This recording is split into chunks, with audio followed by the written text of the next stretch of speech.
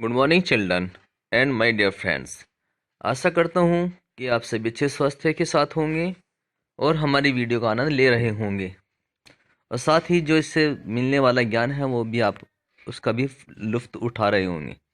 तो चलिए शुरू करते हैं आज का टॉपिक।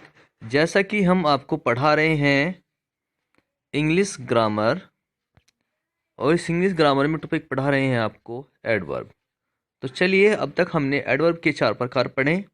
तो अब एडवर्ब का नेक्स्ट जो प्रकार है एडवर्ब्स ऑफ मैनर है। एडवर्ब्स ऑफ मैनर को ढंग के क्रिया विशेषण कहते हैं। एडवर्ब्स ऑफ मैनर मीन्स किस प्रकार से जो हमारा एडवर्ब है वो किस प्रकार से कार्य करता है या किस प्रकार से होती है, इसी को हम क्रिया विशेषण कहते हैं, adverbs of manner. These are the adverbs. These means ये, आर मीन्स है, एडवर्ब्स मीन्स क्रिया विशेषण। ये क्रिया विशेषण है विच मीन्स जो, टेल मीन्स बताते हैं, अस मीन्स हमको या हमें, जो हमें बताते हैं, हाउ मीन्स कैसे, एन एक्शन मीन्स कोई क्रिया, टेक्स टेक्स मीन्स होती है, प्लेस मीन्स किस प्रकार से, मीन्स जो हमारी क्रिया है वह किस प्रकार से होती है, और इन व्हाट मैनर या फिर किस प्रकार से, कि कोई क्रिया कैसे या फिर किस प्रकार से होती है, इसी को हम एडवर्ब ऑफ मैनर कहते हैं। क्रिया यहाँ पर आपको देखा है कि जो हमारी क्रिया होती है उसको जो करने का जो तरीका है उसी को हम एडवर्ब्स ऑफ मैनर कहते हैं। तो चलिए देखते हैं इसमें example. The soldiers fort bravely. Soldiers means होता है सैनिक, फोर्ट मीन्स लड़े, ब्रेवली मीन्स बहादुरी से। तो यहाँ पर जो आप देख रहे हैं ब्रेवली, तो ब्रेवली हमारा एडवर्ब को दिखाता है कि जो सैनिक हैं वे कैसे लड़े हैं, बहादुरी से लड़े हैं। तो इसीलिए इसको एडवर्ब ऑफ मैनर के नाम से जाना जाता है। तो यहाँ पर जो ब्रेवली है, ब्रेवली में देख सकते हैं हम, ब्रेव में एल वाई जुड़ा हुआ है, यही हमारा दिखाता है कि यहाँ पर जो ये वर्ड है हमारा ये एडवर्ब है। तो चलिए हम नेक्स्ट एग्जांपल देखते हैं। तो नेक्स्ट एग्जांपल है हमारा ही केम डाउन स्लोली। ही मीन्स वह, केम मीन्स आया, डाउन मीन्स नीचे, स्लोली मीन्स होता है धीरे धीरे। तो वह धीरे धीरे नीचे आया, ही केम डाउन स्लोली मीन्स वह धीरे धीरे आया। तो एडवर्ब ऑफ मैनर में आप देख रहे हैं कि जो हमारी एडवर्ब होती है आमतौर पर वह वाक्य के अंत में इस्तेमाल की जाती है। तो यहाँ पर स्लोली जो है हमारा वह एडवर्ब ऑफ मैनर है। तो अब नीचे नेक्स्ट देखते हैं अब हमारा कि हमारा एडवर्ब का नेक्स्ट क्या प्रकार है। तो adverbs of reason. Adverbs of reason means यह होता है तर्कवाचक क्रिया विशेषण। क्या होता है? तर्कवाचक ऑफ क्रिया विशेषण, मानेंगे इसमें तर्क किया जाता है या फिर रीजन का मतलब होता है कारण। तो इसमें कारण बताया जाता है, ठीक है, जिस क्रिया के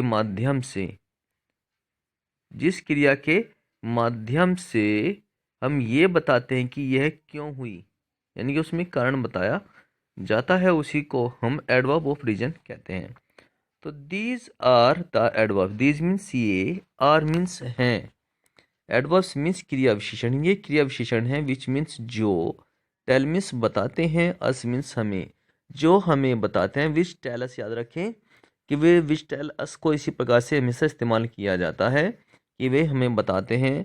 वाई मीन्स क्यों, एन एक्शन मीन्स क्रिया, टेक्स प्लेस मीन्स होती है, कि कोई क्रिया क्यों होती है उसमें कारण को बताया जाता है। तो चलिए अब इसका एग्जाम्पल देखते हैं। तो जैसा कि हमने आपको बताया कि जो हमारा एडवर्ब ऑफ रीजन होता है, रीजन का मतलब होता है कारण। तो इसमें जो हमारी क्रिया होती है वह किसी कारण की ओर संकेत करती है, यह बताती है कि जो वहाँ पर कार्य हो रहा है वह किस कारण से हो रहा है, तो इसमें कारण बताया जाता है। तो देखिएगा यहाँ पर सी देयरफॉर लेफ्ट स्कूल। अब देखिएगा सी मीन्स होता है उसने, देयरफॉर मीन्स होता है इसीलिए, लेफ्ट मीन्स छोड़ दिया, स्कूल मीन्स स्कूल, इसीलिए उसने स्कूल छोड़ दिया। तो यहाँ पर जो देयरफॉर है, देयरफॉर हमें बताता है एडवर्ब ऑफ रीजन को। किसको बताता है? देयरफॉर हमें बताता है एडवर्ब ऑफ रीजन को। ठीक है, तो यहाँ पर जब कारण को दिखाया गया है तो यहाँ जो कारण है वो लेफ्ट का कारण बताया गया है कि उसने छोड़ दिया। क्यों छोड़ दिया? इसीलिए छोड़ दिया या इसलिए छोड़ दिया। ठीक है, जैसे कि मान सकते हैं कि उसके पापा अपना गांव छोड़कर, जहाँ पर वे रह रहे हैं, वो छोड़कर किसी सिटी में जाकर बसने वाले हैं, तो इसीलिए उसने स्कूल छोड़ दिया। तो उसके पीछे एक कारण बताया जाता है, तो वहाँ पर देयर फोर का इस्तेमाल किया जाता है। तो देयर फोर हमारा एडवर्ब ऑफ रीजन होता है। चलिए अब नेक्स्ट देखते हैं। I am hence unable to do it. I means मैं, एम मीन्स हूँ, हैंस मीन्स इसलिए, ऐसा, अनेबल मीन्स असमर्थ, और टू डू मीन्स करने में। ठीक है, तो मैं ऐसा इसीलिए करने में असमर्थ हूँ। देखिएगा कि वो काम मुश्किल अगर है तो वो कह सकता है कि उसके पीछे कारण बताएगा कि इसलिए मैं ऐसा करने में असमर्थ हूँ। कि अगर कोई व्यक्ति किसी से पैसा मांगता है लेकिन उसके पास पैसा नहीं है, तो वह अपना कारण बताएगा कि मैं आपको पैसा देने में असमर्थ हूँ क्योंकि मेरे पास पैसा नहीं है। तो ये यहाँ पर जब रीजन बताया जाता है तो वहाँ पे एडवर्ब ऑफ रीजन का इस्तेमाल किया जाता है। तो यहाँ पर आप देख सकते हैं हैंस, तो यहाँ पे हैंस का इस्तेमाल किया गया है as a adverb of reason के रूप में। तो चलिए हम आज का वाक्य देखते हैं जो हमने आपके लिए लिया है। तो यहां पर हम आज बात करेंगे मस्ट, MUST, मस्ट। मस्ट को हिंदी में कहा जाता है चाहिए।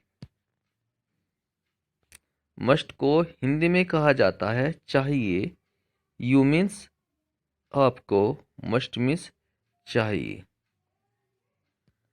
तो देखिए यहाँ पर जब हमारी किसी चीज़ की नेसेसिटी को दिखाया जाता है आमतौर पर, तो वहाँ पे मस्ट का इस्तेमाल किया जाता है। मस्ट मीन्स होता है आवश्यकता है। जहाँ हम आवश्यकता को दिखाने की कोशिश करते हैं तो वहाँ पर हम मस्ट की जो क्रिया है, मस्ट की जो क्रिया है उसका इस्तेमाल हम करते हैं। इसका अर्थ होता है चाहिए। तो यहाँ पर आप देख सकते हैं यू मस्ट, यू मस्ट का मतलब होता है आपको चाहिए। तो हमने इसी से एक वाक्य बनाया यू मस्ट। यू मीन्स आपको, मस्ट मीन्स चाहिए, गो मीन्स जाना, आपको जाना चाहिए। देयर मीन्स वहाँ, आपको वहाँ जाना चाहिए। मीन्स यहाँ पर यह पूर्ण आवश्यकता को नहीं दिखाता कि ये बात क्लियर नहीं करता है कि आप वहाँ अवश्य ही जाएं। तो यहाँ पर देख सकते हैं कि जो हमारा मस्ट है वो दिखाता है कि हमारी आवश्यकता है, लेकिन ये पूर्ण आवश्यकता को नहीं दिखाता। यू मस्ट गो देयर, आपको वहाँ जाना चाहिए। लेकिन अगर आप इसमें मस्ट की जगह पर शुड का इस्तेमाल कर देते हैं, तो शुड का इस्तेमाल करने से वाक्य में क्या फ़र्क पड़ता है कि ये दिखाता है आपकी आवश्यकता को, और इस साथ में कहता है कि अवश्य, और फिर वाक्य के अंत में आता है चाहिए। जैसे यू शुड गो देयर, ये तो इसका मतलब हो जाएगा कि आपको वहाँ अवश्य ही जाना चाहिए। मिस आपके जाए बगैर वहाँ पर कार्य नहीं होगा। लेकिन मस्ट इस बात की ओर इशारा नहीं करता है, बस यह कहता है कि ये फॉर्मेलिटी पूरा करने के लिए किया चाहता है कि यू मस्ट गो देयर, कि आपको वहां जाना चाहिए। ये आपकी इच्छा के ऊपर डिपेंड करता है। लेकिन अगर कोई आपको फोर्सली कहना चाहता है तो वो शुड का प्रयोग करता है।